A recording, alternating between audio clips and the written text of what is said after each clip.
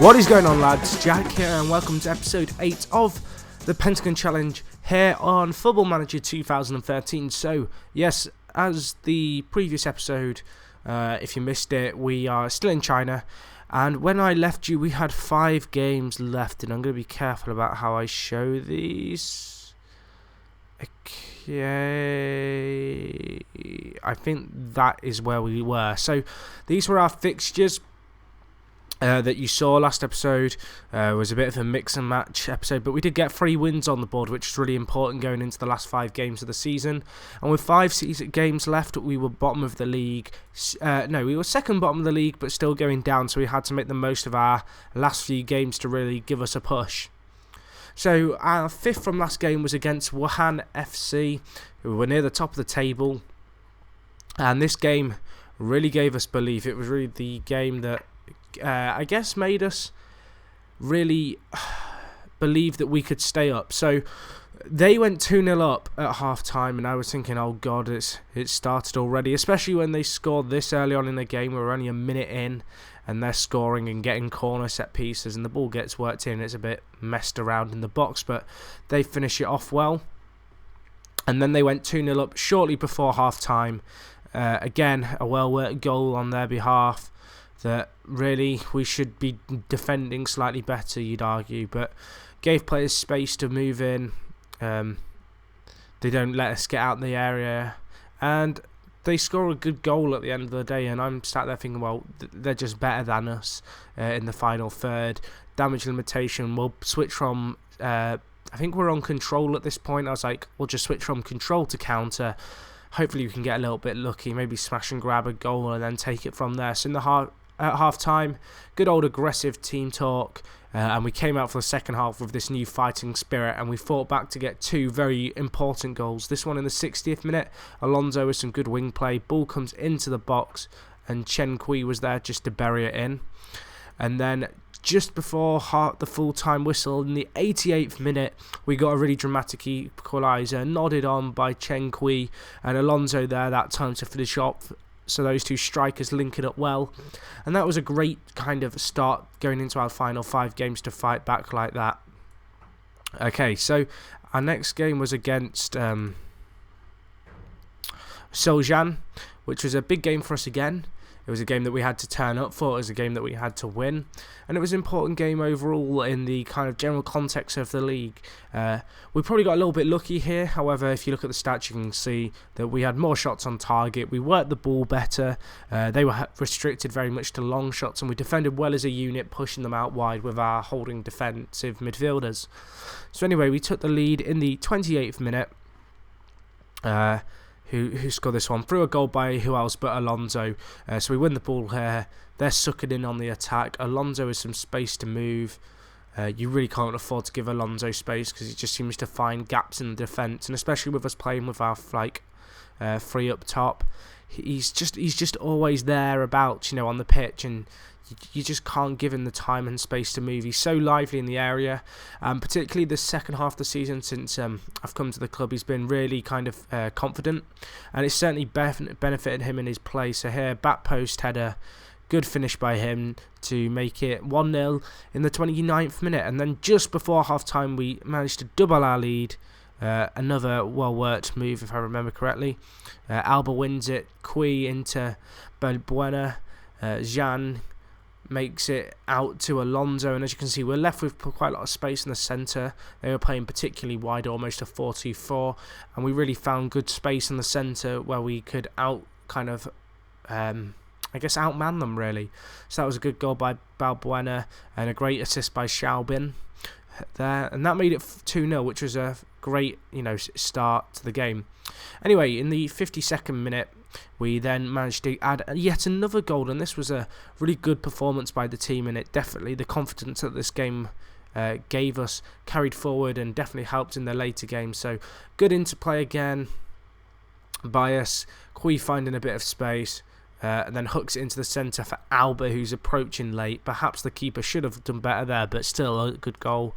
And then in the 66th minute, we scored what turned out to be the cherry on top of the 4-0 win cake, which was another goal This time scored by Kui, who had been the architect in the previous goal.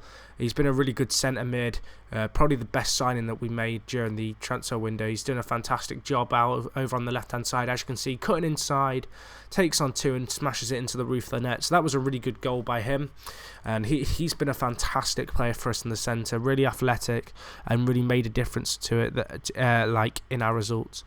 So that we then went to Fujian in a bottom of the table clash. At this point, we were 1 point behind them at the bottom of the table. We knew a win would be enough to take us above them, and it was really important that we got off to a good start. So this was a really good game from our perspective.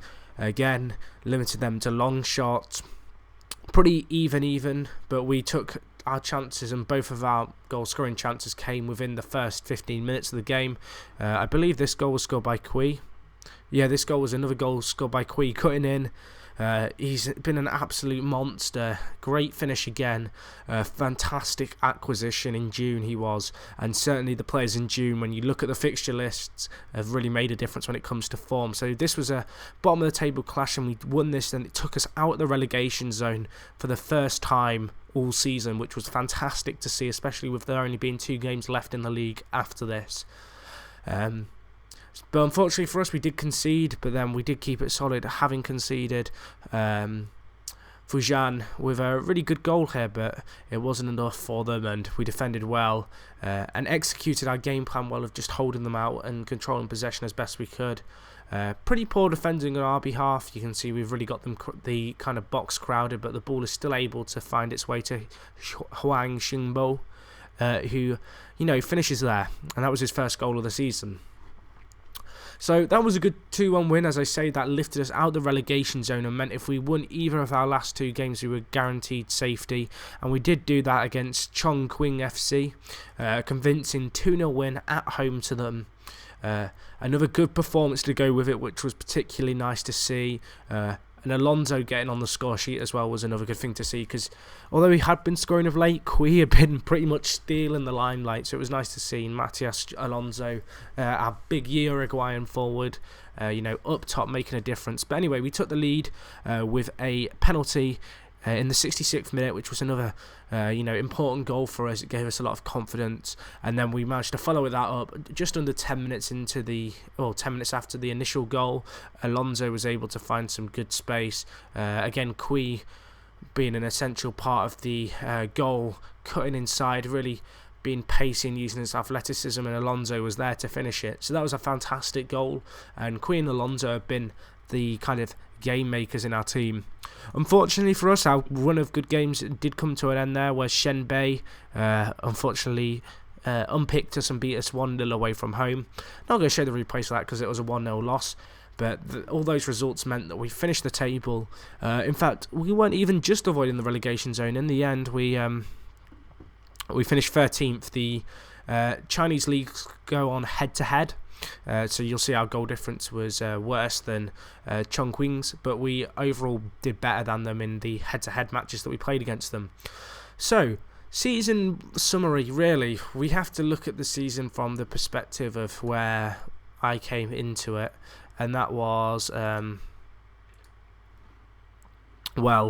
I came in game week 11 or 12. We were bottom of the league with 2 points, and since then we've had a good run of results, and you can see really how we've climbed up the table, and especially right at the end when it mattered, we hit some form. Players came in and did jobs that I wanted to bring them in for.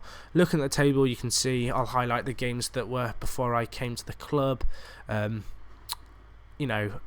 2 draws and that was it for the clubs. There was a big mountain to climb. We then had a really good patch here where we didn't play badly, but we formed well as a team, and with the squad that I had, we managed to grind out some good results. And then on June the 19th, we got a nice month-long break, brought in a lot of new faces, and it really made a significant difference. You can see a lot more goals. A few clean sheets in there as well, which was nice to see because we hadn't kept many of them prior to the kind of last third of the season. As for individual performances, Players who played exceptionally well throughout the year. Alonso, 14 goals in 31 games, although that doesn't sound too crazy. Without him, there's no doubt in my mind we would have gone down.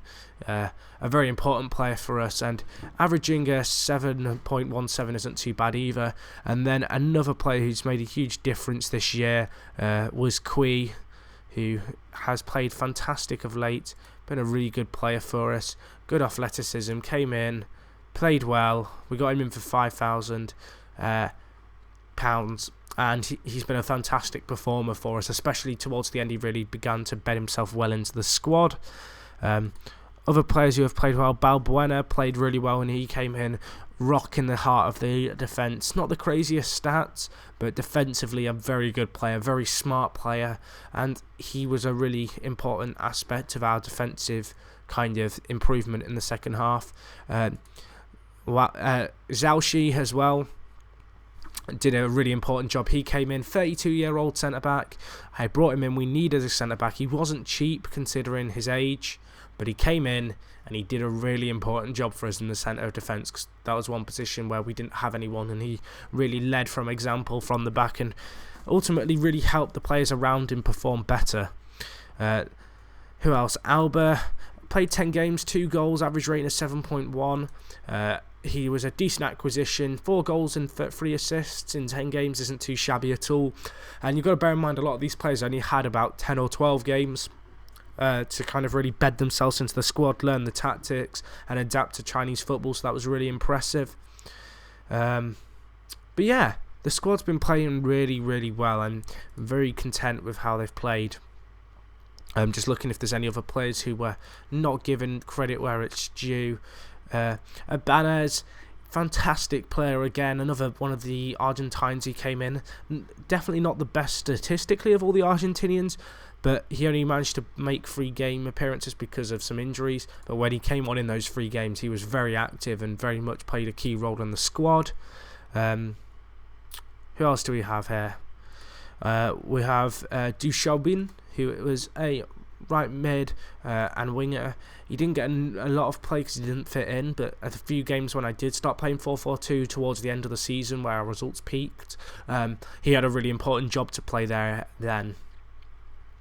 But overall, I've been really blown away by the way that we've managed to do this season, considering we had 2 points after 10 games, it was roughly.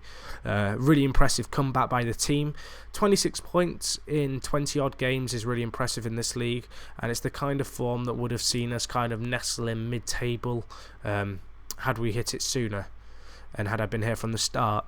But anyway, guys, enough rambling for now. Next episode, episode 9, we will be covering all the ins and outs. I definitely want to stay at this club for at least another year. I feel as if there's a lot to be achieved here, and financially it's a very healthy club.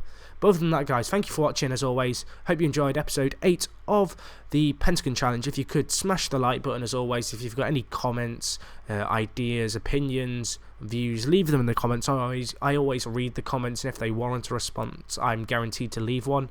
And other than that, guys, thank you for watching as always. It's me, Jack, and I'm out.